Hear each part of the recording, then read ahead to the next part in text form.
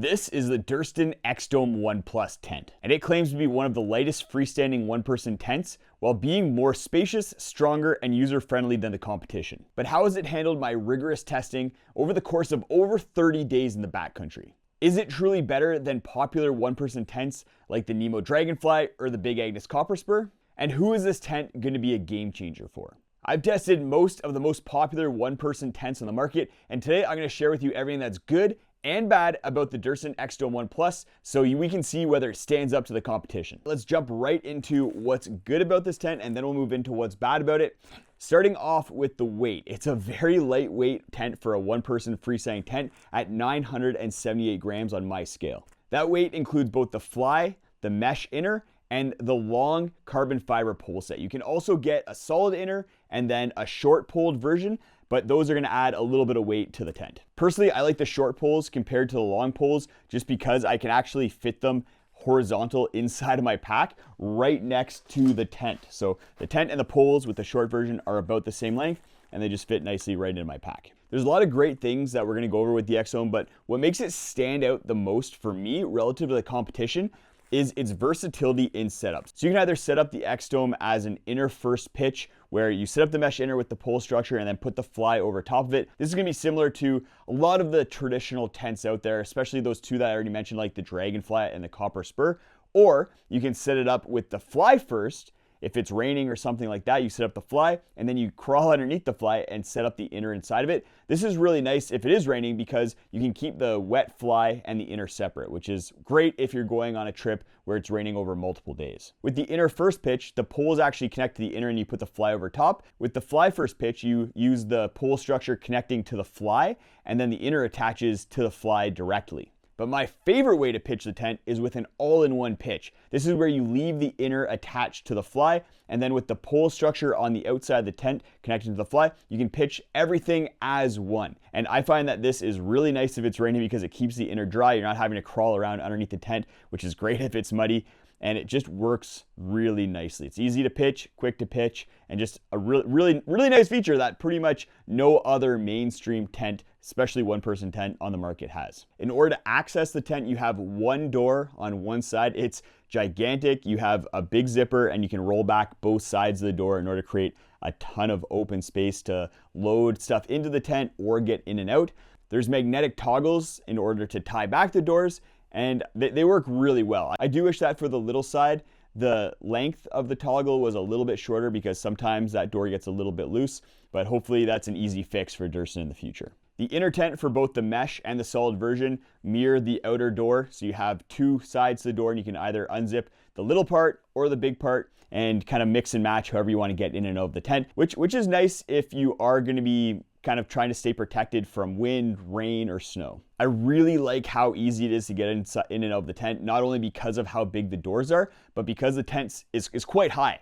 So you get a lot of kind of door space in order to get in and out, and the brow pole is nice and wide, which makes for a lot of really good things with this tent. That brings us to space. For the vestibule of the tent, it's gigantic. You have a ton of space to fit a full pack, your boots, slippers, basically whatever you need. You can cook inside that vestibule if you are into that kind of thing. Personally, I don't like to do that, especially because I'm in bear country, but lots of space for basically doing whatever you need inside the vestibule. And then because it's a 1+ person tent, once you get inside the tent, there's a ton of space as well. You can fit a 30-inch wide long pad in there and then still have space for a bunch of gear beside you, even your full pack if you need it. And then there's two great pockets. There's one big one on the roof and then a smaller one on the side. The big one, you can fit a ton of stuff in there if you need a little bit extra space in getting stuff off the floor or to dry stuff. It's really good. This tent is extremely spacious, and it's one of the big reasons why I really enjoy it. I don't feel like I'm cramped, especially if I'm spending a lot of time inside the tent due to weather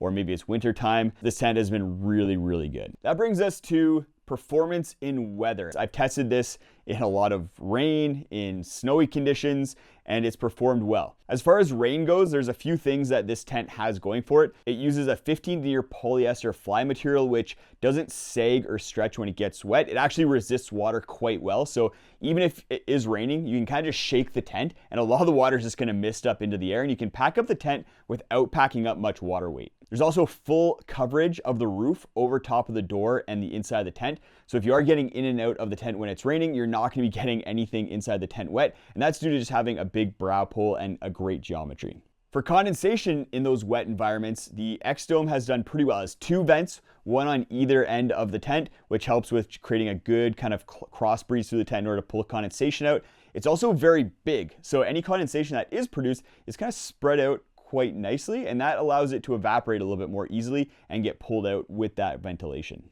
And then because it's a double wall tent, even if you do get some condensation buildup on the fly, you have that physical barrier between you and the fly, and it works really well. Overall, I've had very little condensation inside this tent, even in conditions where I'm camping on wet ground with cold temperatures, conditions where normally I would expect condensation. I think that there's just a lot of features with this tent that help prevent that condensation. You're not always gonna prevent condensation. There's conditions where it's always gonna happen, but that double wall does help you out if you are dealing with condensation. As far as wind goes, there's a bunch of features that the X-Dome has that helps it deal with wind. You have 2 guyout loops on each side on the corners, and then you have 1 at each door peak, and then 1 at each end of the peaks, and then at each low end as well. So a total of 14 guyout points. You also have the option of using your trekking poles to support the tent if you're dealing with a lot of wind, or weight on top of the tent. You can install a trekking pole on the door side and then the side opposite the door in order to support those panels. You just extend your pole up into this little pocket that sits right near the brow pole, and it really helps support those big panels if you're dealing with a lot of wind. I recommend installing the trekking poles into the fly before you get the fly clipped into the poles. I find it just is a lot easier. And then once you get the tent clipped in, you have those poles in place ready to support the tent right away. So with both those poles and 14 guyout points, you have a lot of support for wind. I've successfully used this tent up to 70 kilometers an hour, but that was before Durston added the lower guyout points. So there's 4 more guyout points compared to when I tested it in 70 kilometer hour winds and had it perform no problem. It did fail at 73 kilometers an hour, just keep that in mind. But with the new guyout points, I think this tent could potentially handle 100 kilometer an hour winds. And next time we're seeing those winds out where I am, I'm gonna take it out and see if it can handle it. So a lot going for this tent, and you can check out a link down in the video description if you're looking at the X-Dome and you're like, this is the tent for me. But maybe before pulling the trigger on it, let's go over some of the negatives with the X-Dome. The first issue has to do with the versatility in setup of the tent. Because you can set it up inner first, fly first, or as an all-in-one, there's some nuances with the design of the tent that make it a little bit finicky, I find. So you have cordage that comes from the inner and the fly, and 2 little metal feet that you have to put your pole structure into for each corner. And I find that having to put your poles into 1 foot and then find the next foot and put into that foot and end up dealing with 8 different metal feet that you have to put your pole into is a bit annoying, a bit finicky.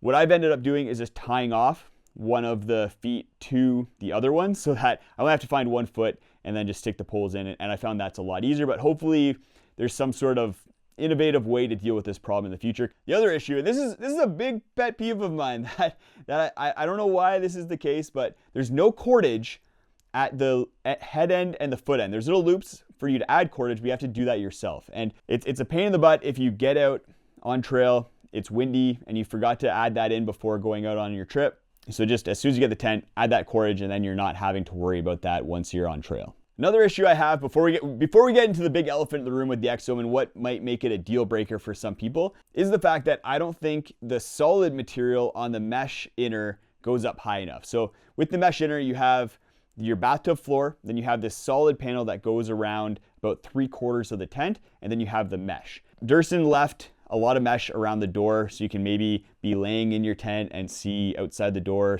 watch a sunset or a sunrise or something. If I'm watching a sunset, I'm most likely outside of my tent, or I've already fallen asleep and I'm not worried about it. So I wish the solid panel was a little bit higher, probably about 6 inches to 8 inches higher all the way around the tent. That'd help a lot with both snowdrift and then sanddrift. When I've taken this tent out in sandy conditions and it was windy, I had quite a bit of sand build up inside of the tent, which could have been prevented a little bit with a higher solid inner. And then the elephant in the room has to do with the carbon fiber poles and the little pieces that connect the poles together. So right now they're made with aluminum, and there's been a lot of cases of those little aluminum pieces loosening up and then getting stuck inside of the pole. So then there's no way to connect two pole segments together. This has happened to me on 2 pole sets that I've had because Durston is taking care of people. He's sending out new pole sets to anyone who's having problems. I think he sent out new poles to everybody once they kind of modified the glue situation a little bit and saw quite a bit of improvements with the whole system. But I still, with my most recent X-Dome 2, encountered an issue. So the best thing to do is if you do have an X-Dome, bring one of those little 1 gram tubes of super glue with you. Then as soon as you notice one of the ferrules, one of the little aluminum bits loosening, take it out, put some super glue around it, and then put it back in, let it set. Because yeah, until they have that fixed, this is gonna be a potential problem on any trip you go on. Dan Durston has told me that they're switching over to carbon fiber inserts instead of aluminum, which are a little bit more porous, will hold on to the glue a bit better. And I'm pretty confident that's gonna solve the problem. So until then, just be aware that there are some issues around just reliability with the pole structure. I've also had some concerning wear on the floor of the tent, particularly when I have the tent out in rockier conditions and with sand. As I move my sleeping pad around, just kind of shifting positions, it's kind of rubbed on the floor material. It hasn't created an issue yet with 30 nights, and I don't imagine it's gonna create an issue anytime soon.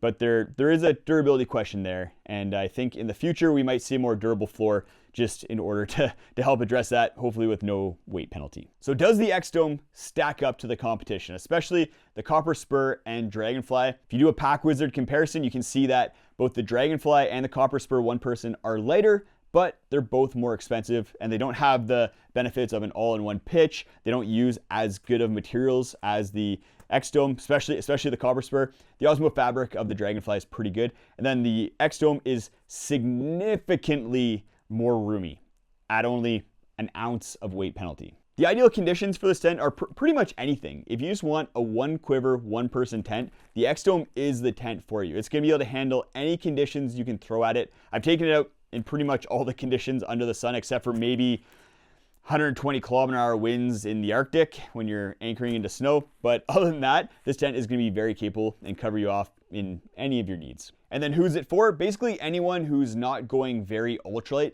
It's still under 1 kilogram, but not nearly as lightweight as some of the Dyneema tents, especially the single-walled trekking pole tents like the Z-Packs Plex Solo. Those tents are significantly lighter than the X-Dome, but you're missing out on a whole bunch of features, so you're gonna have to consider that trade-off. If you don't think the X-Dome is for you, go check out this video where I go over all of the best 1-person tents on the market in different categories, as far as the best ultralight tent, best super ultralight tent, best freestanding tent, best all-arounder, bunch of categories. One of those tents is probably gonna be the one for you, so definitely a good video to check out.